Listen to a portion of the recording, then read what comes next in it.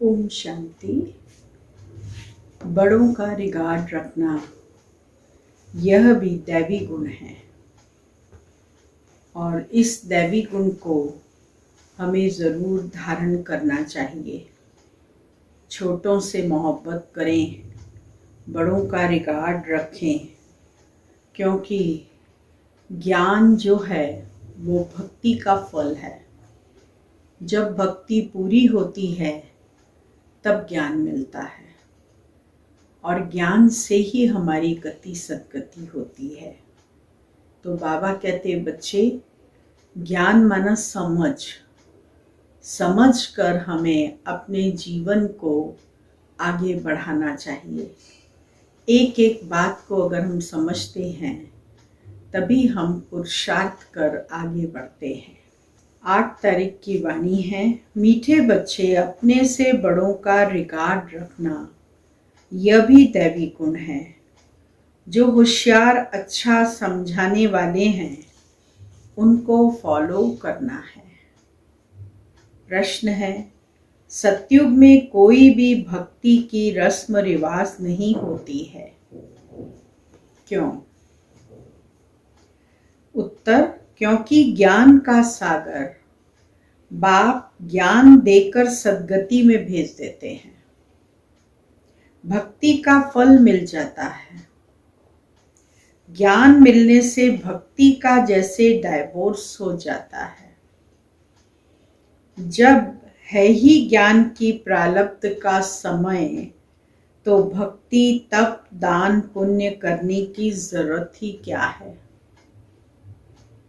वहां यह कोई भी रस्म हो नहीं सकती। ओम शांति। पतित पावन शिव भगवानो वाच्य। अब बाप बैठ बच्चों को ज्ञान सुनाते हैं। बच्चों को समझाया गया है, जब मैं यहाँ आता हूँ तो पतितों को पावन बनाने के लिए ज्ञान सुनाता हूँ और कोई यह ज्ञान सिखला ना सके। वह भी भक्ति ही सिखलाते हैं। ज्ञान सिर्फ तुम बच्चे ही सीखते हो, जो तुम अपने को ब्रह्मा कुमार कुमारियां समझते हो। दिलवाड़ा मंदिर तुम्हारे सामने खड़ा है। वहां भी राजयोग की तपस्या में बैठे हैं। जगत अम्बा भी है, जगत पिता भी हैं, प्रजापिता भी है, कुमारी कन्या अधर कुमारी भी है। बाप राजयोग सिखला रहे हैं। ऊपर में राजाई के चित्र भी खड़े हैं। बाप कोई भक्ति नहीं सिखलाते हैं, भक्ति ही उनकी करते हैं जो सिखला कर गए हैं। परंतु उनको पता नहीं कि कौन राजयोग सिखलाए, राजाई स्थापन करके गए हैं। तुम बच्चे अभी जानते हो भक्ति अलग चीज है, ज्ञान अलग चीज है। ज्ञान सुनाने वाला है ही एक और कोई सुना ना सके। ज्ञान का सागर एक ही है, वही आकर ज्ञान से पतितों को पावन बनाते हैं। और जो भी सत्संग हैं उनमें कोई भी ज्ञान नहीं सिखला सकते। भल अपने को श्री श्री 108 जगत गुरु भगवान भी कहते हैं, परंतु ऐसे कोई नहीं कहते कि मैं सबका परम पिता ज्ञान का सागर हूं। उनको कोई परम पिता तो कहते ही नहीं। यह तो जानते ही हैं कि परम पिता पतित पावन है। यह पॉइंट्स बुद्धि में अच्छी रीति रखनी है। मनुष्य कहते हैं यह ब्रह्मा कुमारियां तो भक्ति को डाइवोर्स देती हैं, लेकिन जब ज्ञान मिलता है तो भक्ति को डाइवोर्स देना ही है। ऐसे नहीं, जब भक्ति में जाते हैं तो उस समय मालूम पड़ता है कि हम ज्ञान को डाइवोर्स देते हैं। नहीं, वह तो ऑटोमेटिकली रावण राज्य में आ जाते हैं। अभी तुमको समझ मिली है कि बाबा हमको राजयोग सिखला रहे हैं। राजयोग का ज्ञान है, इनको भक्ति नहीं कहेंगे।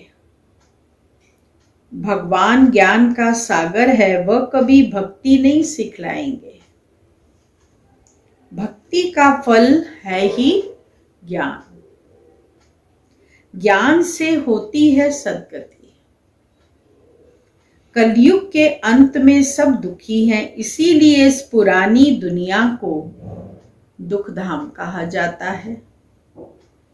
इन बातों को अभी तुम समझते हो, बाप आया हुआ है भक्ति का फल अर्थात सद्गति देने। राजयोग सिखला रहे हैं। यह है पुरानी दुनिया जिसका विनाश होना है। हमको राजाई चाहिए फिर नई दुनिया में। यह राजयोग का ज्ञान है। ज्ञान सिखलाने वाला एक ही परम पिता परमात्मा शिव है। उनको ही ज्ञान सागर कहा जाता है, कृष्ण को नहीं। कृष्ण की महिमा ही अलग है। जरूर आगे जन्म में ऐसा कर्तव्य किया है जो प्रिंस बना है। अभी तुम जानते हो, हम राजयोग से ज्ञान ले नई दुनिया में स्वर्ग का प्रिंसेस बनेंगे। स्वर्ग को सद्गति, नरक को दुर्गति कहा जाता है। हम अपने लिए राज्य स्थापन कर रहे हैं। बाकी जो यह ज्ञान नहीं लेंगे, पावन नहीं बनेंगे, तो राजधानी में आ नहीं सकेंगे, क्योंकि सतयुग में बहुत थोड़े होंगे। कलयुग अंत में जो इतने अनेक मनुष्य हैं, वह जरूर मुक्ति धाम में होंगे। गुम नहीं हो जाते हैं, सब घर चले जाते हैं। अभी तो बच्चों को घर याद रहता है कि अब 84 जन्मों का चक्कर पूरा होता है। नाटक पूरा होता है, अनेक बार चक्कर लगाया है। यह तुम ब्राह्मण बच्चे ही जानते हो। ब्राह्मण तो बनते जाते हैं। 16,108 की माला है। सतयुग में तो बहुत नहीं होंगे। सतयुग का मॉडल रूप भी दिखलाते हैं ना। बड़ी चीज का मॉडल छोटा होता है। जैसे सोने की द्वारका दिखलाते हैं। कहा जाता है द्वारिका में कृष्ण का राज्य था।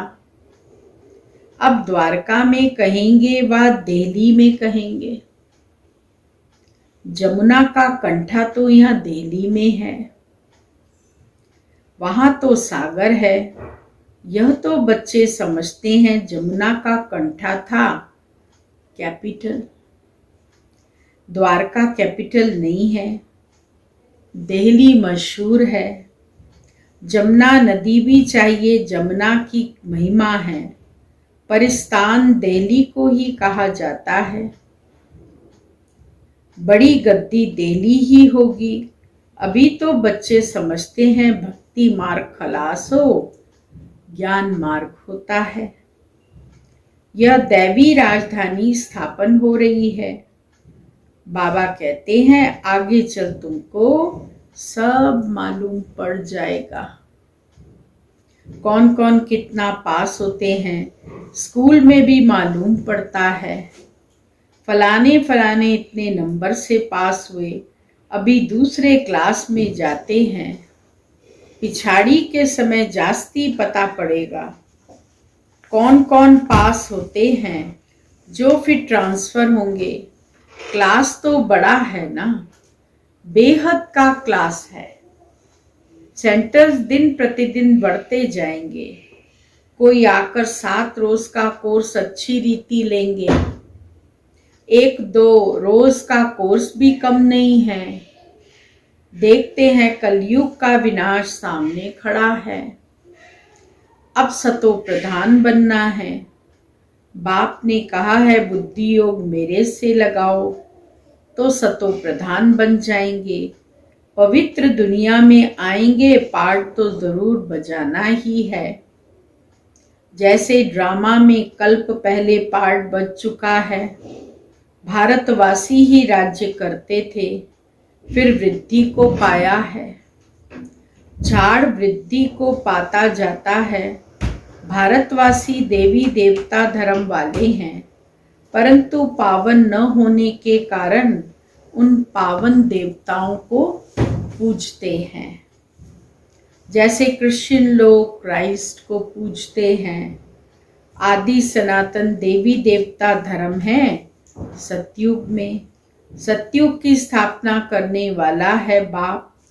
बरोबर सतयुग में इन देवताओं का राज्य था, तो जरूर एक जन्म पहले उन्होंने पुरुषार्थ किया होगा।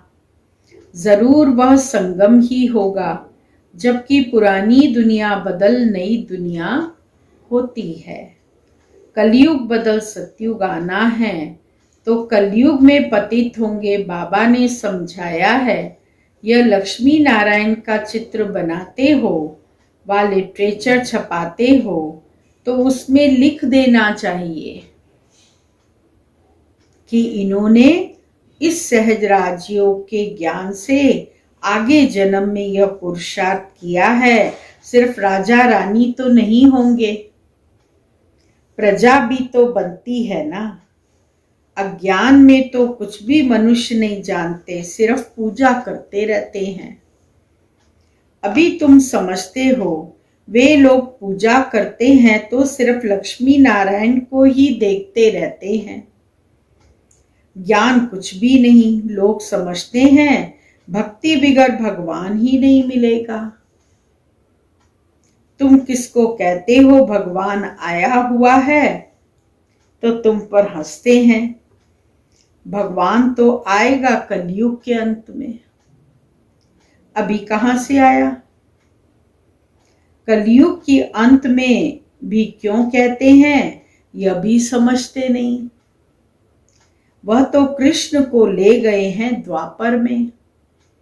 मनुष्यों को जो आता है सो बोल देते हैं बिगर समझ के। इसीलिए बाबा कहते हैं तुम बिल्कुल ही बेसमझ बन गए हो। बाप को सर्वव्यापी कह देते हैं। भक्ति बाहर से तो बहुत खूबसूरत दिखाई पड़ती है। भक्ति की चमक कितनी है। तुम्हारे पास तो कुछ भी नहीं है,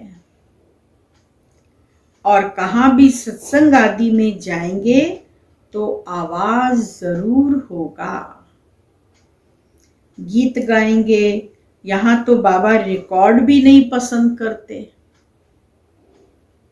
आगे चल शायद यह भी बंद हो जाए। बाबा कहते हैं इन गीतों आदि का सब सार तुमको समझाता हूं, तुम अर्थ जानते हो।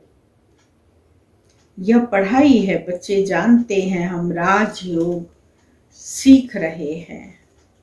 अगर कम पढ़ेंगे तो क्या होगा, तो प्रजा में चले जाएंगे।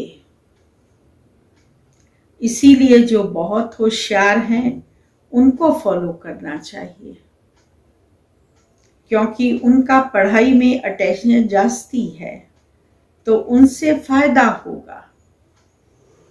जिसका पढ़ाई में ज्यादा ध्यान है, अगर हम उसकी तरफ अटेंशन देते हैं तो हमको भी पढ़ने में रुचि पैदा होगी और फायदा होगा। जो अच्छा समझाने वाले हैं उनसे सीखना चाहिए। जो अच्छा समझाते हैं उनको सेंटर्स पर याद करते हैं ना। ब्रह्मा कुमारी तो बैठी है, फिर कहते हैं फलानी आए। समझते हैं यह बड़ी होशियार है। ऐसे है तो उसका फिर आदर भी करना पड़े। बड़े का फिर रिगार्ड भी ऐसे रखना होता है। यह ज्ञान में हमारे से तीखे हैं। जरूर इनको उच्च पद मिलेगा, इसमें अहंकार नहीं आना चाहिए। बड़े की बड़ी इज्जत होती है। प्रेसिडेंट की जरूर जास्ती इज्जत होगी। हर एक की नंबरवार इज्जत होती है। एक दो का रिगार्ड तो रखेंगे ना। बैरिस्टर में भी नंबरवार होते हैं। बड़े केस में बड़ा होशियार वकील लेते हैं। कोई कोई तो लाख रुपए का भी केस उठाते हैं। एक केस के लाख रुपया लेते हैं। इतने महंगे वकील होते हैं। नंबरवार जरूर होते हैं। हमसे होशियार है तो रिगार्ड रखना चाहिए। सेंटर संभालना है, सब काम भी करना है। बाबा को सारा दिन ख्यालात रहते हैं ना। प्रदर्शनी कैसे बनाई जाए, पूरा अटेंशन देना है। हम तमो प्रधान से सतो प्रधान कैसे बने, बाप आए ही हैं सतो प्रधान बनाने। पतित पावन बाप ही है, यहाँ फिर कहते पतित पावनी गंगा। उसमें जन्म जन्मांतर स्नान करते आए हैं, पावन तो कोई भी नहीं बना है। यह सब है भक्ति। जबकि कहते हैं हे पतित पावन आओ, वह आएगा तो जरूर संगम पर, और एक ही बार आते हैं। आएगा संगम पर, लेकिन कल्प में एक ही बार आते हैं। हर एक की अपनी अपनी रस्म रिवाज है। जैसे नेपाल में अष्टमी पर बलि चढ़ाते हैं। छोटे बच्चे को हाथ में बंदूक दे चलवाते हैं, वह भी बलि चढ़ाएंगे। छोटे बच्चों से भी बलि चढ़वाते हैं। मुर्गी के छोटे छोटे बच्चे, उनको भी वो बलि चढ़ाते हैं, बच्चों से चढ़वाते हैं, क्योंकि बड़े से तो नहीं चढ़ा पाएंगे। इसलिए बड़ा होगा तो एक धक से बछड़े को काट देगा। कोई ने कम धक लगाया, एक धक से न मरे तो वह बलि नहीं हुई। धक से मरना चाहिए, हलाल नहीं। माने रो रो के वो मरे, ऐसा नहीं। एक झटका मारा और खत्म। वह देवी पर नहीं चढ़ाएंगे। अगर जो धक से नहीं मरेंगे तो उनकी बलि देवी को स्वीकार नहीं होती है। यह सब है भक्ति मार्ग। हरेक की अपनी अपनी कल्पना है। कल्पना पर फॉलोअर्स बन जाते हैं। यहाँ फिर यह नई बातें हैं, इनको तो बच्चे ही जान सकें। एक ही बाप बैठ सृष्टि के आदि मध्यंत का ज्ञान सुनाते हैं। तुमको खुशी रहती है हम सुदर्शन चक्रधारी हैं, और कोई समझ न सके। तुमको सभा में हम कहेंगे सर्वोत्तम ब्राह्मण कुलभूषण सुदर्शन चक्रधारी, तो इसका अर्थ तुम समझेंगे। नया कोई होगा तो मूंझ जाएगा कि यह क्या कहा। सुदर्शन चक्रधारी तो विष्णु है। यह नई बात है ना, इसीलिए तुम्हारे लिए कहते हैं बाहर मैदान में आओ तो पता पड़े। घर में बैठ के सुनाते हो, उससे क्या होता है? मैदान में आओ तो पता पड़े। तुम्हारा है ज्ञान मार्ग। तुम 5 विकारों पर जीत पाते हो। इन असुरों से, 5 विकारों से तुम्हारी लड़ाई है। हमारी लड़ाई है 5 विकारों से। 5 विकारों पर जीत पाकर फिर हम देवता बनते हैं। फिर तुम देवता बनते हो और कोई लड़ाई की बात नहीं होती। जहां असुर है वहां देवताएं होते नहीं। तुम हो ब्राह्मण, देवता बनने वाले, जो पुरुषार्थ कर रहे हो। रुद्र ज्ञान यज्ञ में ब्राह्मण जरूर चाहिए, सिवाय ब्राह्मणों के यज्ञ होता नहीं। रुद्र है शिव, फिर कृष्ण का नाम कहां से आया? तुम दुनिया से बिल्कुल ही न्यारे हो। और तुम हो कितने थोड़े, चिड़ियाओं ने सागर को हप किया। ज्ञान सागर बाबा है, उसका ज्ञान हमने हप कर लिया है सभी चिड़ियाओं ने। शास्त्रों में दंत कथाएं कितनी हैं। बाबा कहते हैं अब वह सब भूल मामेकम याद करो। आत्मा ही बाप को याद करती है, बाप तो एक है ना। हे परमात्मा व प्रभु कहते हैं तो उस समय लिंग भी याद नहीं आता है, सिर्फ ईश्वर व प्रभु कह देते हैं। आत्मा को बाप से आधा कल्प का सुख मिला हुआ है, तो फिर भक्ति मार्ग में याद करती है। अभी तुमको नॉलेज मिली है, आत्मा क्या है, परमात्मा क्या है। हम सब आत्माएं मूल वतन में रहने वाली हैं, वहां से नंबरवार पार्ट बजाने आती हैं। पहले आते हैं देवी देवताएं। कहते हैं क्राइस्ट के पहले देवी देवता धर्म था। 5000 वर्ष की बात है, वो लोग कह देते 50,000 साल की यह पुरानी चीज है। परंतु 50,000 वर्ष की पुरानी चीज कोई हो नहीं सकती। ड्रामा है ही 5,000 वर्ष का। मुख्य धर्म है ही यह। इन धर्म वालों के ही मकान आदि होंगे।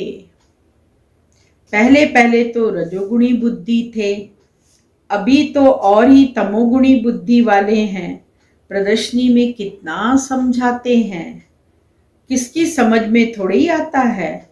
ब्राह्मणों की ही सैपलिंग लगनी है, तो बच्चों को समझाया गया है ज्ञान अलग चीज है, भक्ति अलग चीज है।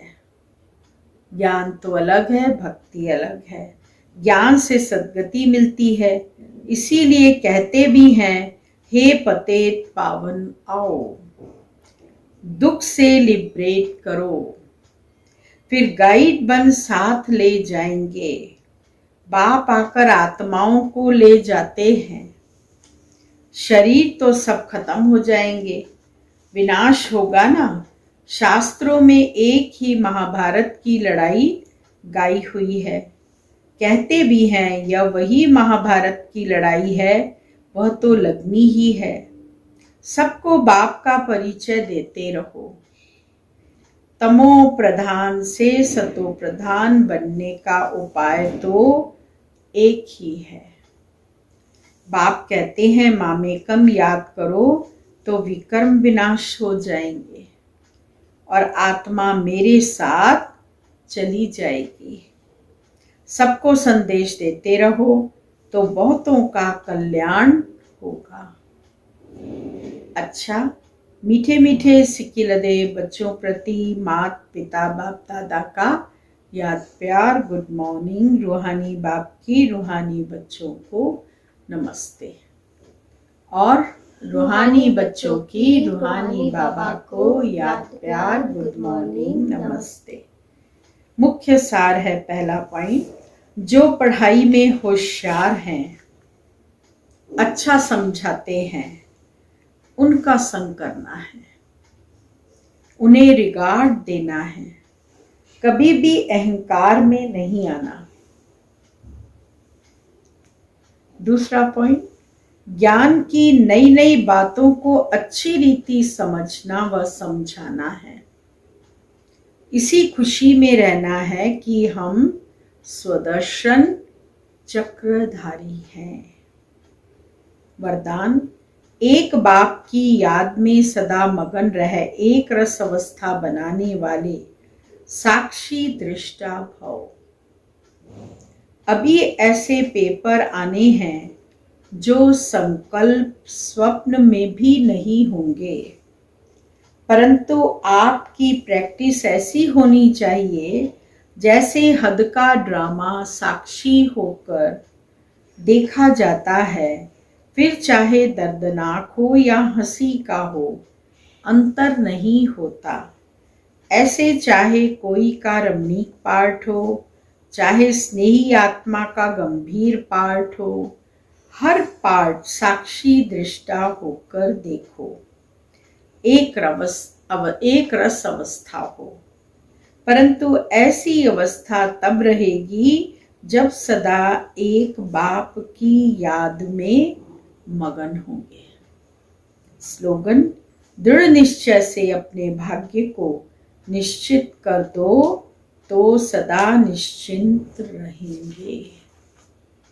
ओम शांति। आज का पॉइंट है, विशेष अमृत वेले पावरफुल स्थिति की सेटिंग करो। पावरफुल स्टेज अर्थात बाप समान बीज रूप स्थिति में स्थित रहने का अभ्यास करो। जैसा श्रेष्ठ समय है वैसी श्रेष्ठ स्थिति होनी चाहिए। साधारण स्थिति में तो कर्म करते भी रह सकते हो, लेकिन यह विशेष वरदान का समय है। इस समय को यथार्थ रीति यूज करो तो सारे दिन की याद की स्थिति पर उसका प्रभाव रहेगा। ओम शांति।